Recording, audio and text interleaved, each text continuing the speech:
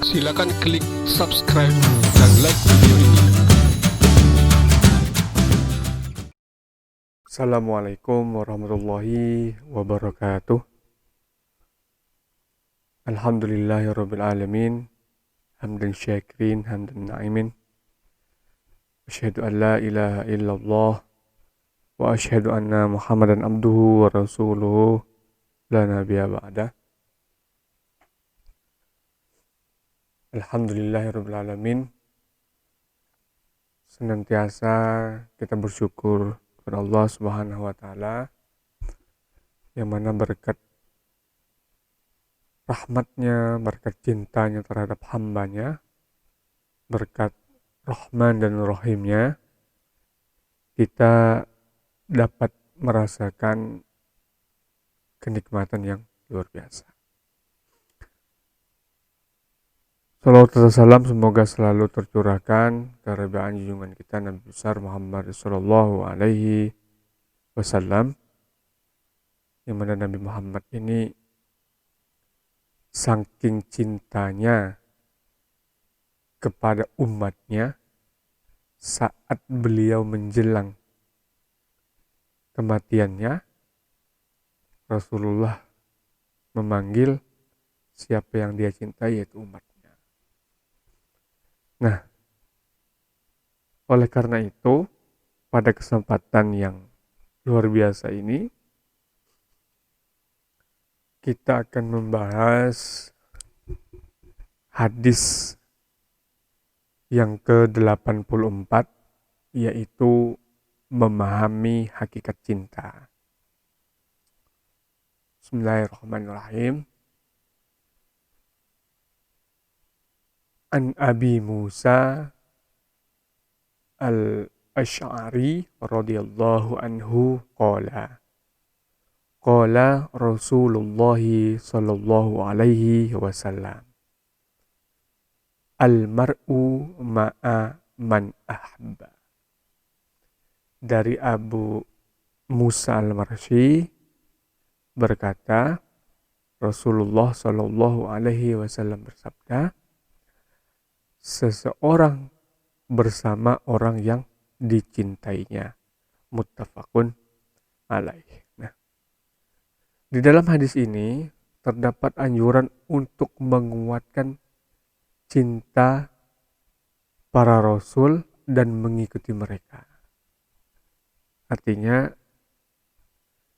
menumbuhkan rasa cinta kepada nabi-nabi Allah, kemudian mengikuti apa yang diajarkan oleh nabi Allah. Kemudian sesuai dengan tingkatan mereka. Artinya setiap nabi ya kan memiliki tugas yang berbeda. Intinya tetap mengajarkan untuk mengesahkan Allah Subhanahu wa taala. Selain itu, terdapat pula peringatan mencintai selain mereka. Kemudian karena cinta merupakan bukti adanya hubungan yang kuat. Nah, ini hubungan cinta sesama manusia. Bukti yang kuat antara orang yang mencintai dengan orang yang dicintai. Perlu enggak rasa cinta terhadap sesama manusia? Perlu. Kecocokan apa yang dipahami di sini, yang dimaksud di sini adalah kecocokan dalam akhlak keduanya dan peneladanan satu terhadap yang lainnya. Artinya kalau orang itu mencintai sesuatu, maka paling tidak ada sedikit yang dia ikuti. Seperti itu. Itu kalau seorang itu mencintai. Ada yang dia contoh seperti itu. Orang yang mencintai Allah, maka cintanya akan berubah menjadi amal yang mendekatkan dirinya kepada Allah. Kenapa? Karena Allah Maha menerima syukur.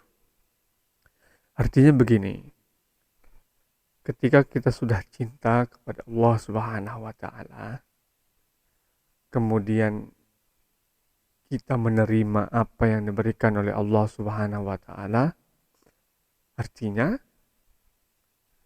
ya, kita telah bersyukur berqanaah kepada Allah Subhanahu wa Ta'ala. Itu bentuk cinta. Kemudian menjalankan perintah, menjauhi semua yang dilarang oleh Allah Subhanahu wa Ta'ala. Kemudian Allah Subhanahu wa Ta'ala memberi pahala kepada orang yang mendekatkan diri kepadanya. Ini juga bentuk kecintaan Allah terhadap hambanya. Salah satunya adalah memberikan pahala atau memberikan ganjaran. Tidak hanya sekedar pahala, tetapi pahala yang besar dari apa yang kita perbuat, bahkan melipat gandakan. Contoh misalkan amalan-amalan yang kita laksanakan pada bulan Ramadan, nah, itu kan berlipat ganda pahalanya. Kemudian dan rasa syukur, dan sebagai rasa syukur Allah Ta'ala akan mengumpulkan dengan orang-orang yang dicintainya meski amalnya sedikit. Artinya siapa yang kita cintai, kemudian kita akan misalnya kita mencintai Allah Subhanahu wa Ta'ala, nanti akan dikumpulkan oleh Allah Subhanahu wa Ta'ala. Allah Subhanahu wa Ta'ala berfirman, dan barang siapa yang mentaati Allah dan Rasulnya, mereka itu akan bersama-sama dengan orang yang diberikan nikmat oleh Allah. Allah tidak akan memberikan nikmat sebenarnya kepada hambanya, itu sebenarnya atas dasar cintanya Allah kepada hambanya. Cuman kadang kita saja yang lupa. Kadang kita tidak menumbuhkan kecintaan kita kepada Allah Subhanahu wa Ta'ala. Kemudian kata Allah Subhanahu wa Ta'ala, yang diberikan nikmat oleh Allah yaitu para nabi dan para pecinta kebenaran, orang-orang yang mati syahid dan orang-orang soleh. Maka itulah teman yang sebaik-baiknya. Jadi ketika kita mencintai nabi, otomatis kita mencintai kebenaran. Maka akan dikumpulkan oleh Allah Subhanahu wa Ta'ala nanti ketika di akhirat. Oleh karena itu, sahabat Anas radhiyallahu anhu berkata, kami tidak pernah senang sebagaimana senangnya kami dengan sabda Nabi besar Muhammad SAW, yaitu seseorang bersama orang yang dicintainya. Dan aku mencintai Rasulullah, kemudian Abu Bakar dan Umar. Oleh karena itu aku berharap aku bersama mereka. Ini contoh ya. Contoh sahabat Anas ini dia mencintai Nabi Muhammad, kemudian mencintai Abu Bakar dan Umar. Dan dia berharap kalau dia nanti akan bersama mereka di surga, di akhirat. Allah Subhanahu wa Ta'ala pun berfirman, yaitu surga-surga dan mereka masuk ke dalamnya bersama dengan orang yang soleh dari nenek moyangnya, pasangan-pasangannya, dan anak cucunya. Sedangkan para malaikat masuk ke tempat mereka dari semua pintu. Nah, Quran Surah Ar-Ra'd ayat 23. Nah, ini artinya apa? Di dalam Al-Quran pun dijelaskan kita akan bersama orang-orang yang kita cintai. Termasuk misalkan kita mencintai keluarga kita, para leluhur kita cintai, nabi-nabi terdahulu kita cintai, pasangan kita harus kita cintai. Nah itu, kalau kita mencintai pasangan kita, otomatis kita akan mengajak pada jalan yang benar, seperti itu. Nah maka akan ditempatkan bersama-sama nanti di surga. Hal ini terbukti dan dapat kita saksikan bila mencintai pecinta kebaikan, maka engkau akan melihatnya bersama mereka dan berambisi untuk seperti mereka. Dan bila seorang mencintai pecinta keburukan, maka ia akan bergabung dengan mereka dan berbuat apa yang mereka perbuat. Nah ini Rasulullah SAW bersabda nih, seorang yang tergantung pada agama temannya, maka hendaklah seorang melihat siapa yang dia jadikan teman. Atau engkau membeli minyak wangi darinya, atau engkau mendapatkan aroma wangi. Sementara tukang besi akan membakar bajumu, atau engkau mendapati aroma yang tidak sedap darinya. Artinya kepada siapa kita berteman, kepada siapa kita mencintai, sedikit banyak akan menggambarkan siapa yang kita cintai. Misalkan contoh, ngefans sama artis siapa, paling tidak ada yang dia. Maka kalau kita ngefansnya sama orang soleh, bergabung dengan orang-orang soleh, teman kita semuanya orang-orang soleh, maka kita akan ikut kepada mereka menjadi orang yang soleh. Gitu. Nah, bila hal ini terjadi dalam cinta antara sesama makhluk, ya, maka itu akan terjalin baik. Misalkan orang yang menikah, harus ada dua cinta di situ. Cinta menikah berdasarkan cinta kepada Allah dan membangun cinta terhadap sesama manusia dalam rangka mendekatkan diri kepada Allah. Seperti itu. Nah, kemudian bila hal ini terjadi dalam cinta antara sesama makhluk, lantas bagaimana orang yang mencintai Allah? Mendahulukan cinta dan takut kepada Allah daripada kepada yang lain. Dia bersama Allah, dekat dengan Allah, dan Allah bersamanya. Allah Subhanahu wa Ta'ala berfirman, sungguh Allah beserta orang-orang yang bertakwa dan orang-orang yang bertaubat, yang berbuat kebaikan. Artinya cinta ini, ya, hakikatnya adalah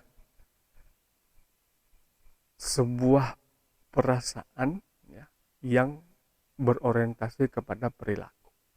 Kalau kita cinta kepada seseorang, maka kita akan lemah lembut kepadanya, berbicara baik, bertingkah laku baik, ya kan?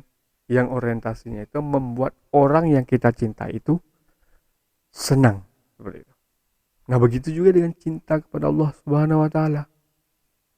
Menjalankan apa yang diperintahkan, menjauhi apa yang dilarang oleh Allah Subhanahu wa Ta'ala. Dan orientasinya adalah beribadah. Karena kita di dunia ini hanya dua hal. Kalau tidak beramal, ya beribadah. Atau beramal ibadah. Nah, seperti itu. Jadi kita harus memikirkan, mengorientasikan setiap langkah, setiap lisan kita itu kira-kira menumbuhkan cinta kita kepada Allah Subhanahu wa Ta'ala atau tidak, diridhoi Allah atau tidak. Kalau Allah sudah cinta itu, jangankan Allah belum cinta aja sudah Allah, kata Allah, ud'uni astajib lakum, mintalah kepadaku, kata Allah, niscaya aku akan memberi. Apalagi kalau Allah sudah cinta kepada hamba, ya, Allah sudah memberikan apa yang dia inginkan, ya, mulai dari berusaha, berdoa, kemudian meminta qanaah hanya kepada Allah Subhanahu wa Ta'ala, bukan kepada yang lain. Manusia bisa berjanji, berharap kita, bergantung kita kepada manusia. Manusia binasa, manusia bisa mati, kekuasaannya terbatas, punya jabatan terbatas waktunya, punya tubuh yang kuat dan sebagainya. Ada masanya dia akan lemah. Tetapi ketika kita menumbuhkan cinta kita hanya kepada Allah Subhanahu wa Ta'ala, berserah diri hanya kepada Allah Subhanahu wa Ta'ala, maka Allah Maha segalanya ini, kita pun minta apa yang kita inginkan hanya kepada Allah. Allah Maha Kaya, Allah Maha segalanya, Allah Maha besar. Kita harus menanamkan di dalam diri kita bahwasanya betul-betul cinta kepada Allah Subhanahu wa Ta'ala, sehingga meningkatkan ketakwaan dan keimanan kita kepada Allah Subhanahu wa Ta'ala. Bentuknya apa? Realisasinya apa?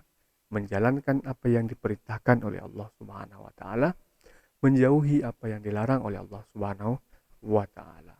Kemudian melaksanakan apa yang diperintahkan oleh Rasul, menjalankan sunnah-sunnahnya, menjalin hubungan baik dengan sesama manusia, hablum minan nas, menjalin hubungan baik bersama Allah, hablum minallah. Nah, harapannya semoga kita yang amalnya sedikit, sedekahnya masih sedikit, paling tidak dapat mencintai Allah Subhanahu wa Ta'ala secara kafah.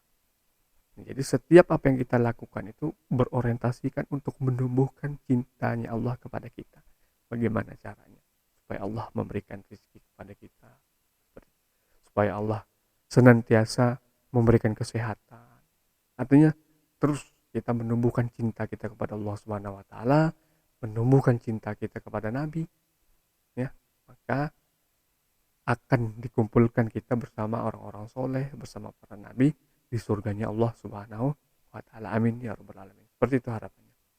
Mungkin itu yang dapat saya sampaikan. Kurang dan lebihnya mohon maaf. Wabillahi taufiq wal hidayah. Wassalamualaikum warahmatullahi wabarakatuh. Silakan klik subscribe dan like video ini.